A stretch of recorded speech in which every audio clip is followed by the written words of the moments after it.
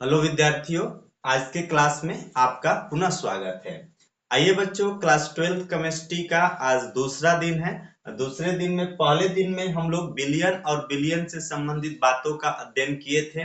आज हम लोग दूसरे दिन में विलेयता को प्रभावित करने वाले जो कारक होते हैं, विलेयता क्या होता है या विलेयता को जो प्रभावित करने वाले कारक होते हैं, आज इस पर हम लोग बिलियन अध्याय में इसकी चर्चा करेंगे।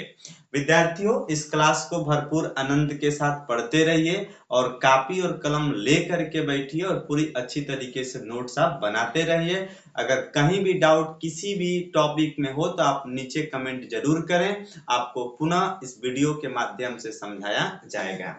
आइए तो आज की क्लास हम लोग शुरू करते हैं। जैसे आज की जो क्लास है विलेयता से संबंधित है, आप देख पा रहे हैं विलेयता में क्या है कि विलेयता को प्रभावित करने वाले कारक कौन कौन से होते हैं, इन कारकों की चर्चा हम लोग करेंगे। तो सबसे पहले देखते हैं कि ये विलेयता क्या चीज है। तो हम बता दें विद्यार्थियों विलेयता के बारे में कि विलेयता क्या है। हेडिंग बनाएंगे अपने कॉपी पे आप, विलेयता।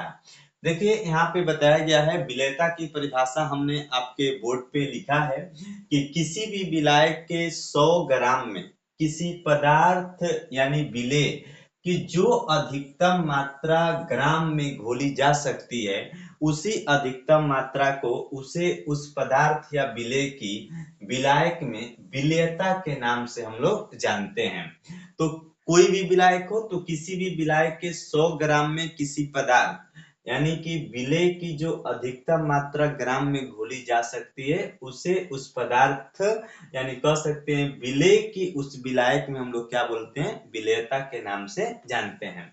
अब है गैसों की द्रव में विलेयता क्या होती है। तो गैसों की द्रव में विलेयता का मतलब ये हो गया कि विभिन्न गैसों की जो द्रव में घुलनशीलता होती है वह अलग अलग प्रकार की होती है। जैसे कि मान लीजिए आपका ऑक्सीजन है, तो ऑक्सीजन की जल में विलेयता बहुत ही कम होती है, परंतु CO2 कार्बन डाइऑक्साइड हो गया, आपका हाइड्रोक्लोरिक हो गया, ये जल में बहुत अधिक विलेय होते हैं। इसके क्या कारण है कि ये सब जल में बहुत अधिक विलेय होते हैं? कारण एक ही है कि जिस भी गैस का अवशोषण गुणांक अधिक होता है वह द्रव यानी जल में अधिक घुलनशील होती है, और जिस भी गैस का अवशोषण गुणांक कम होता है वह जल में बहुत ही कम मात्रा में घुलनशील होती है। अच्छा, अवशोषण गुणांक का होता है, अब इसको समझते हैं। अवशोषण गुणांक का मतलब ये हो गया कि नॉर्मल टेम्परेचर प्रेशर पर, इसको एनटीपी कहते हैं। तो एनटीपी पर किसी भी विलायक की जो निश्चित आयतन में जो घुली हुई गैस की मात्रा होती है ना, या कह सकते हैं कि नॉर्मल टेम्परेचर और प्रेशर पर किसी विलायक के निश्चित आयतन में जो घुली हुई गैस की अधिकतम मात्रा होगी, उसी अधिकतम मात्रा को क्या कहते हैं, अवशोषण गुणांक के नाम से हम लोग जानते हैं। तो अवशोषण गुणांक का मतलब ये हो गया कि नॉर्मल टेम्परेचर एंड प्रेशर पर दुनिया का कोई भी विलायक हो तो किसी भी विलायक के निश्चित आयतन में जो घुली हुई गैस की अधिकतम मात्रा होगी, वही मात्रा आपका अवशोषण गुणांक के नाम से जानी जाती है। अब आइए देखते हैं आगे की क्लास।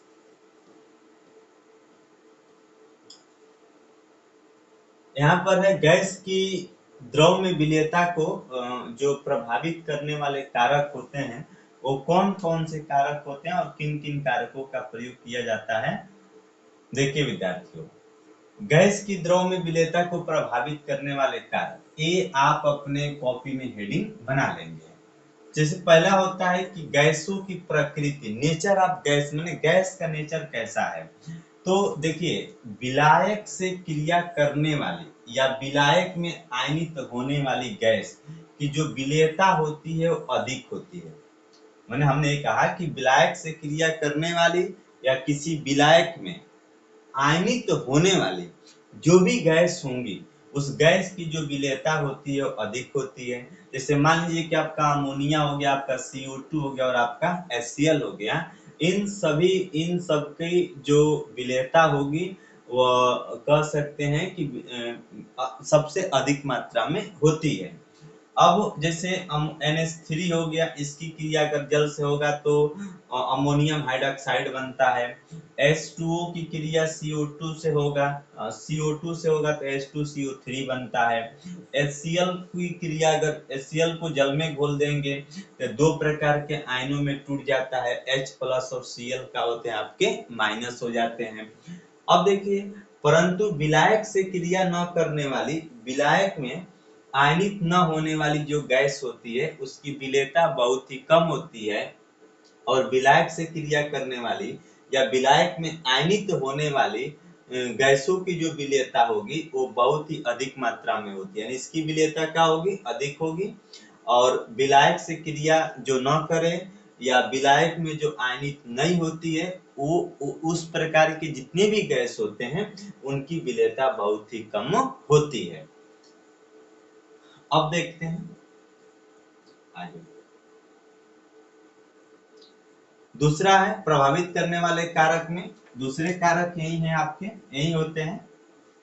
अगर दूसरे कारक की बात करें तो देखिए विलायक की एक प्रकृति क्या होती है, तो देखिए जितनी भी प्रकार की ध्रुवीय गैसेस होती हैं वो ध्रुवीय विलायकों में अधिक मात्रा में घुलनशील होती हैं।